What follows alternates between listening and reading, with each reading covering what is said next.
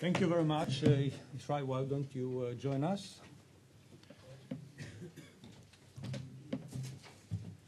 We will now take some questions, and with Emily's permission, as the chief protocol, we will make some incursion into our coffee break, and then we'll compensate the guests so that later they could have an earlier dinner. So with that in mind, who is the one to launch the session of questions? Please, Mr. Yaari. I think Yair didn't mention one category. And that's those states who signed the NPT and yet have developed a nuclear weapon. Unfortunately, 3 of them are in the Middle East. 2 start and somebody else stop it, and 1 in a process. So at least in our little area, that's a very important category. We will collect questions and then Shimon, who is asking? Okay, Rebecca, please. Thank you to all the panel. This was tremendously interesting, and my question is actually chiefly to Israel. Is when you were talking about in 1980-81, when the Israeli foreign minister proposed the regional nuclear weapon-free zone just after the Israeli-Egyptian peace agreement. 81, yes. And then Egypt joined the NPT. When I first saw it on the slide, as you were talking, I saw my own sort of reaction had been a positive reaction from Egypt, but you actually framed it as this was like a slap in the face to Israel, because Israel had proposed this as proposed the regional zone, in fact, as an alternative to the NPT. This was fascinating to me because I hadn't known about that. I wondered how that could be, given the water under the bridge a long time from history, how that could be reframed now for moving forward positively, as it clearly seems to be in everybody's interest that the other states of the region are in the NPT.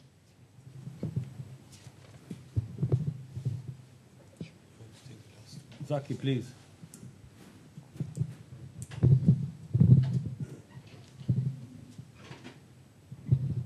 Yair, I have great respect for your knowledge and experience, but I beg to differ. From your statement, one can learn that actually the Israel nuclear option, not capability, has no effect on the region's stability or instability. I don't know if one can prove it, but at least it's reasonable to assume that one of the reasons for Egypt to go into peace with Israel was its assertion that Israel has a nuclear capability, and that even if it's being able to surprise Israel as they did in Yom Kippur War and other cases, there is no ability for her to win a war against it. So if you would refer to that, I would appreciate it. Gerald. Israel, I found your history fascinating. It fills in some of the blanks, but I'm wondering if you can talk a little bit about the bilateral aspect, U.S.-Israel relations, the whole history of American pressure, not the whole history, but at least some of the main points in the American pressure from the New York Times leak, let's say, in 1960, at the end of the Eisenhower administration, through the Kennedy period, and then the don't ask, don't test, don't tell, 1969 agreement, and how that fits in with the broader NPT, development of NPT policy within Israel.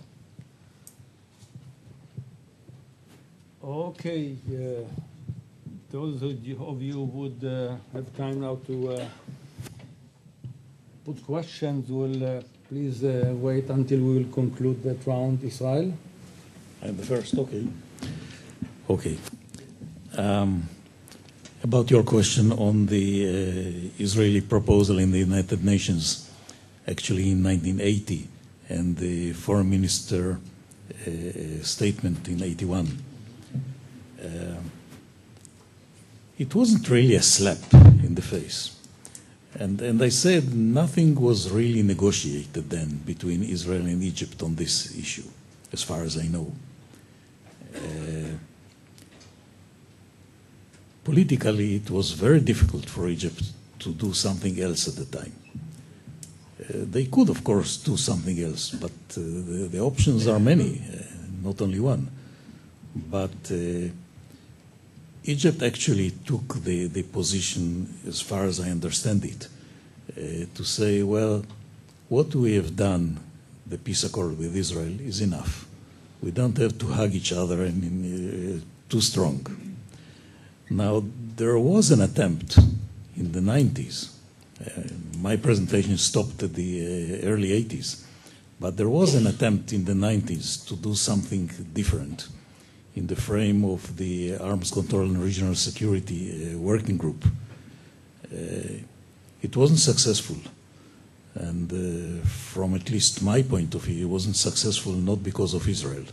But I'm sure that the Egyptians will say the opposite. Anyhow, there was an attempt, and I believe it could be done further. But there is a need for a political will, and I'm not sure that this exists. Now about Jerry's question.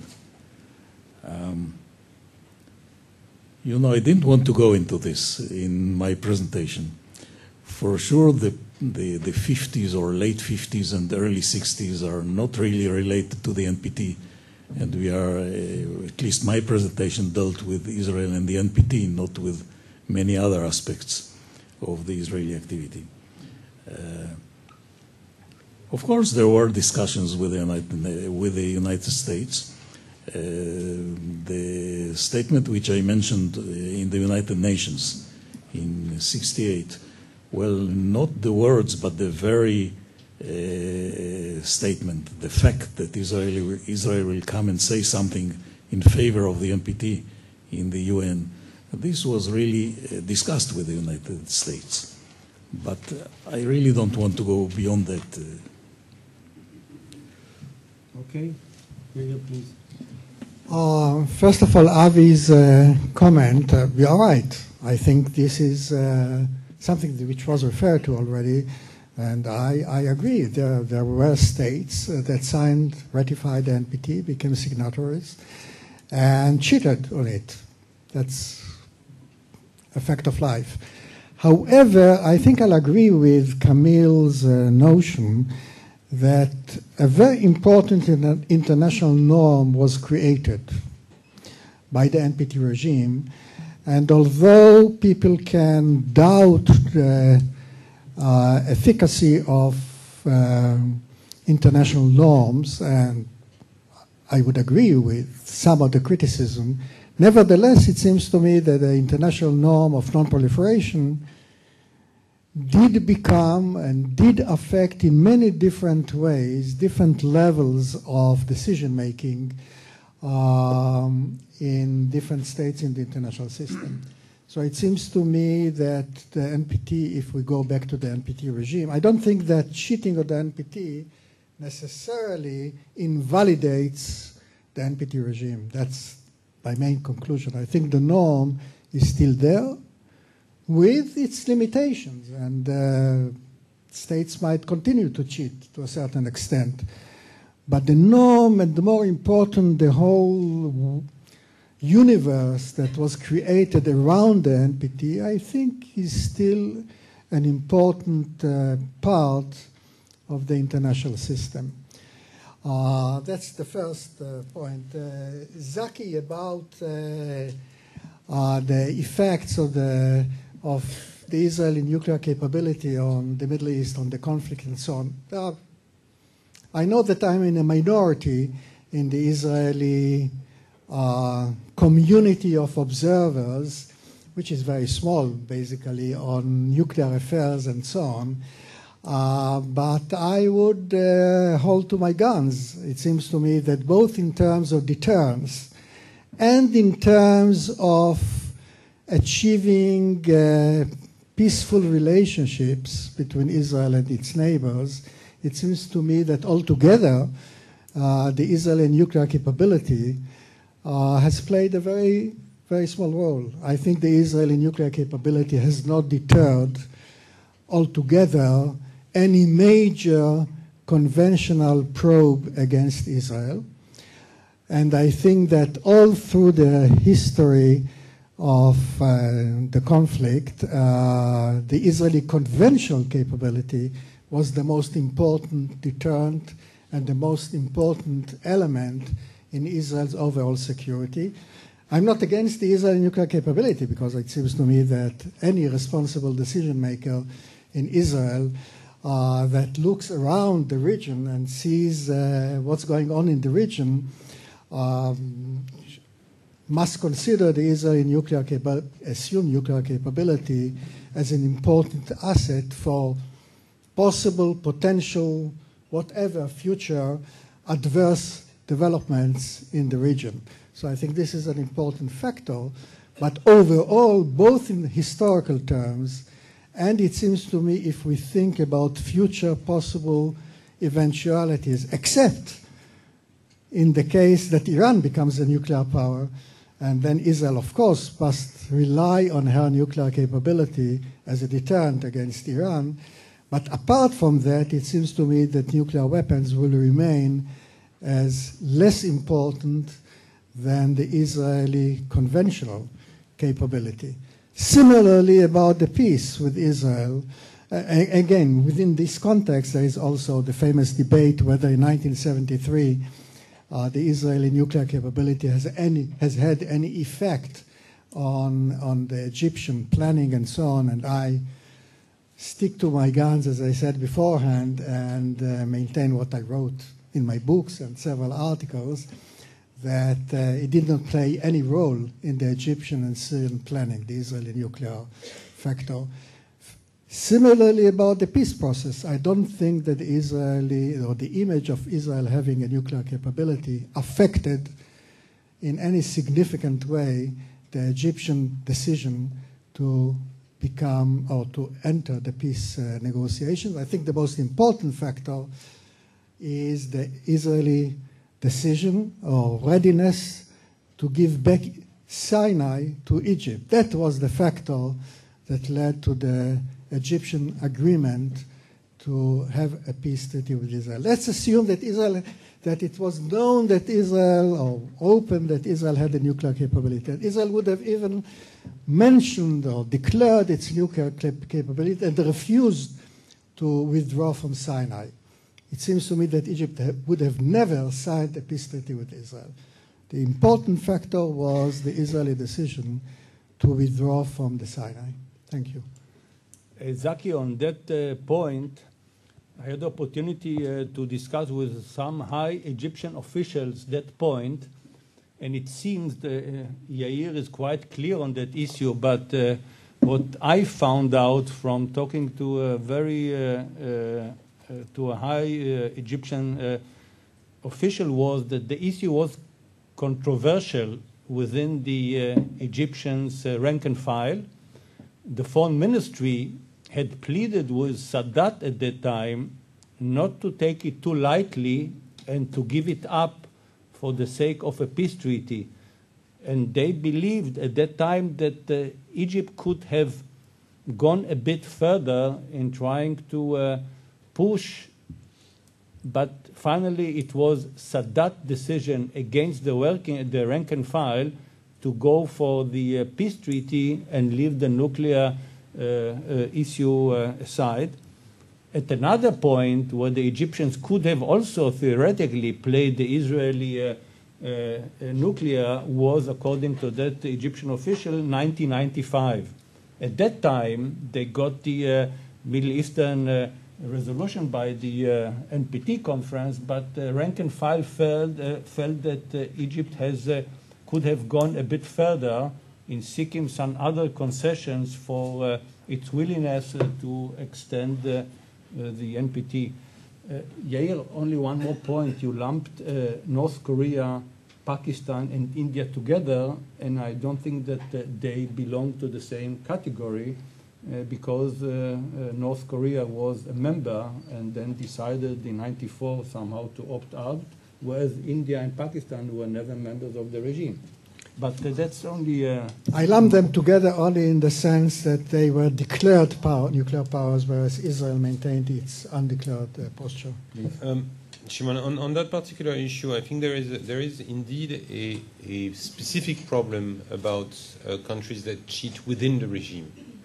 Because in a way, I always say that, let's say in a trade agreement, WTO, there are countries that cheat, but it doesn't have major security implication. So to a certain degree, you can still live with a regime, a trading regime, which allows, in which one of a handful of parties don't truly abide by the rules and find the benefits of it. In the case of the NPT, because it is a security regime, I think the issue is extraordinarily important. Does it mean that the regime is falling apart because one country cheated and withdrew, North Korea, or because a handful of others have cheated? I'm not sure. What I'm sure of is that there is a limit to that. And of course, if the issue is whether, let's say, we should consider that the NPT is falling apart when Luxembourg starts cheating, and I have no information about the Luxembourg nuclear program, but I think we will be in the form of serious trouble if we don't take this issue seriously as for now. Just a few footnotes very quick footnotes to the debate. One point on Rebecca's point on the zone dynamic versus the treaty dynamic. It has been there from the start. And when the Latin Americans put together the Tlatelolco Treaty, they were very much thinking that the way forward was a series of zones doing that. And for a long time, even the Pugwash movement advocated what they called the Swiss cheese technique of digging holes into the nuclear regime by establishing such zones, which to this date cover quite a large, sizable part of the world. One issue that I find very interesting is the dynamic between security and non-proliferation, which is a bit of a chicken and egg debate, because you can say that for countries which are able to go for a nuclear program, they are happy to sign the NPT as non-nuclear state if their security concerns are dealt with in another manner.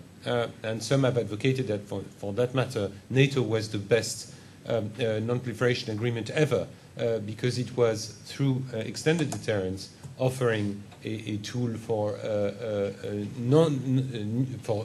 capable states to remain non-nuclear. And to certain degrees, this applies to South Korea or Japan as well, eventually Australia. So we are in a system in which the security dimension is important.